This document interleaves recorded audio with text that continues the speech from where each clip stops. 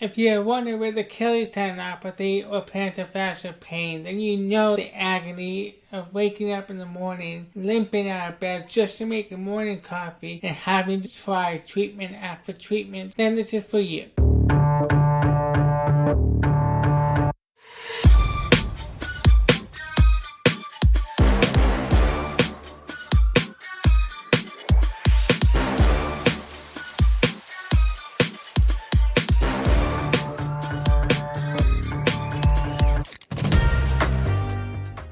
Shoes make all the difference in your running game, but did you know that shoes can also make a difference in your Achilles recovery? It's a simple 3-step guide helping you and runners out there choose the right footwear to help their Achilles tendinopathy so that you can finally get back on the road running pain-free. So let's dive in. Did you know that the average recovery time for runners with Achilles tendinopathy is 8 months?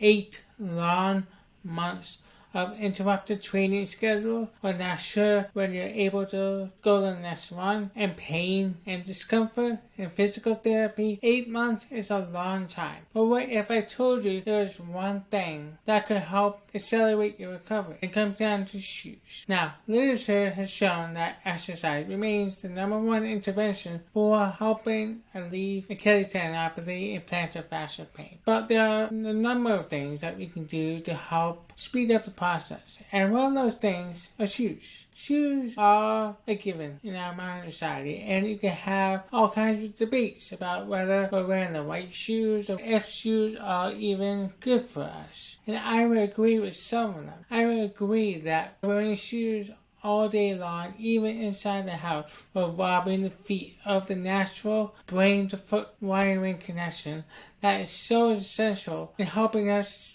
navigate our way around the world and feeling the ground underneath and ultimately being grounded.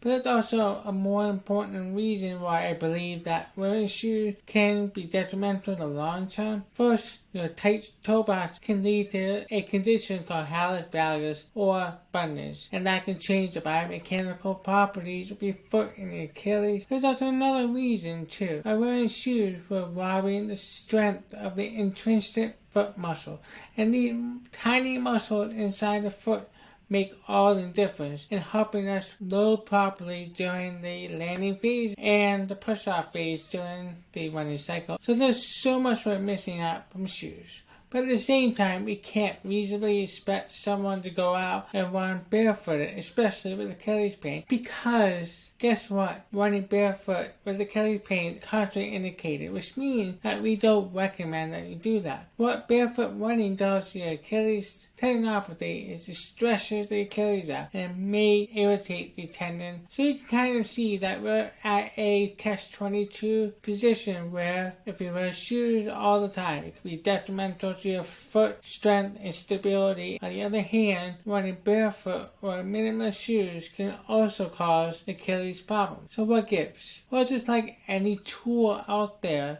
how we use the tool wisely makes all the difference. We can't just go in with a hammer and expect to bludgeon everything to death and expect good results. Okay, I'm going to share the 3-step guide that can help you select the right kind of footwear and help advance your Achilles tendon recovery. Step 1, make sure that your heel to toe drop is at least 8 to 12 millimeters. And why is that? Well, the heel to toe drop forces the ankle and foot into slight plantar flexion. And when that happens, you end up shortening the Achilles, and you make the Achilles tendon less sensitive to the nerves, the fluid, the pain, whatever pain or discomfort that you have. So you can enjoy the activities a little bit more. Step 2. If you have additional Achilles tendinopathy, consider buying shoes a half a size up. It's always a good idea to leave some room at the heel counter so that the heel counter doesn't irritate the tendon. Step 3. This is probably the most important step. You can check out the characteristics of the shoe all day long. You can examine the heel to toe drop. You can examine the heel counter. You can look at how much cushioning it has. At the end of the day, it has to feel right for you, and it has to feel comfortable. There's no use to buying shoes that are uncomfortable or useless for you, right? Make sure that this remains the top priority for you as you buy new shoes. And here's a bonus tip. Make sure that you always try on shoes at the end of the day. The reason being is gravity pulls the fluid in our bodies down to our ankle and feet, and our feet naturally swell up. The other point I want to make too is I also have 2 pairs of shoes that I wear on a daily basis. This pair of shoe is a laceless pair of shoe, which I love. I have 2 young kids and 2 dogs.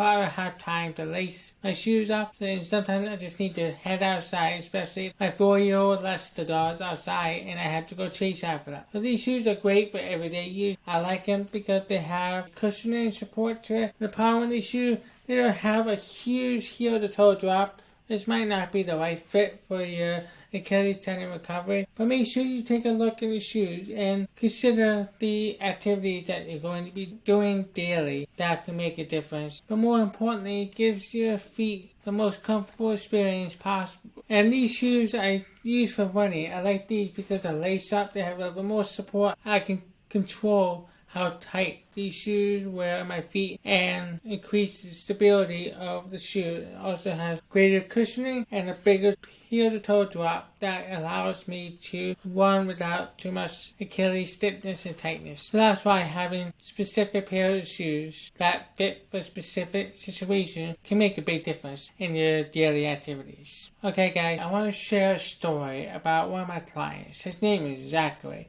and he came into my program with Achilles tendinopathy, and he said that it had been bothering him for 2 years. And I was wondering, why wasn't he getting better? So I asked him some questions. I really got to know him. And it turned out that he was self-treating his Achilles all by himself. And when you self-treat, it's not necessarily a bad thing. Some people do get better. And there are many people out there, perhaps you're one of them watching this video. You have an idea of what you need to do. But it doesn't really matter of what exactly you do. What really matters is consistency at which you do something. That's the key with Achilles tendinopathy recovery. And guess what? Zachary, when he came to the program, by the way, he scored a 68 on his Achilles pain questionnaire, which is a standardized questionnaire that assesses the pain on a scale of 0 to 100. And just the other day, he reached out to me and said he scored a 92. So he had 20 plus point improvement because he remained committed in the program, and it works. I wanted to share this story with you because not only is he getting better through exercise, but he's also getting personalized coaching that includes advice like this: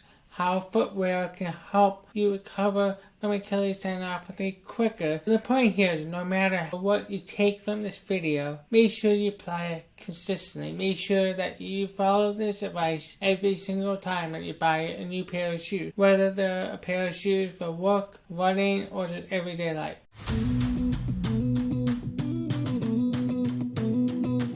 Now let me ask you a question. What would you like to do after you solve your Achilles problem? I would love to hear from you. Leave a comment below and let me know. And here's a bonus. I'm looking for 5 people who need help solving their Achilles problems. And to help them, I'm offering those 5 people a free assessment, a free video assessment that takes about 30 minutes, and we do a deep dive into the possible underlying cause of your Achilles pain. Leave a comment below with the word help and I'll reach out with more details.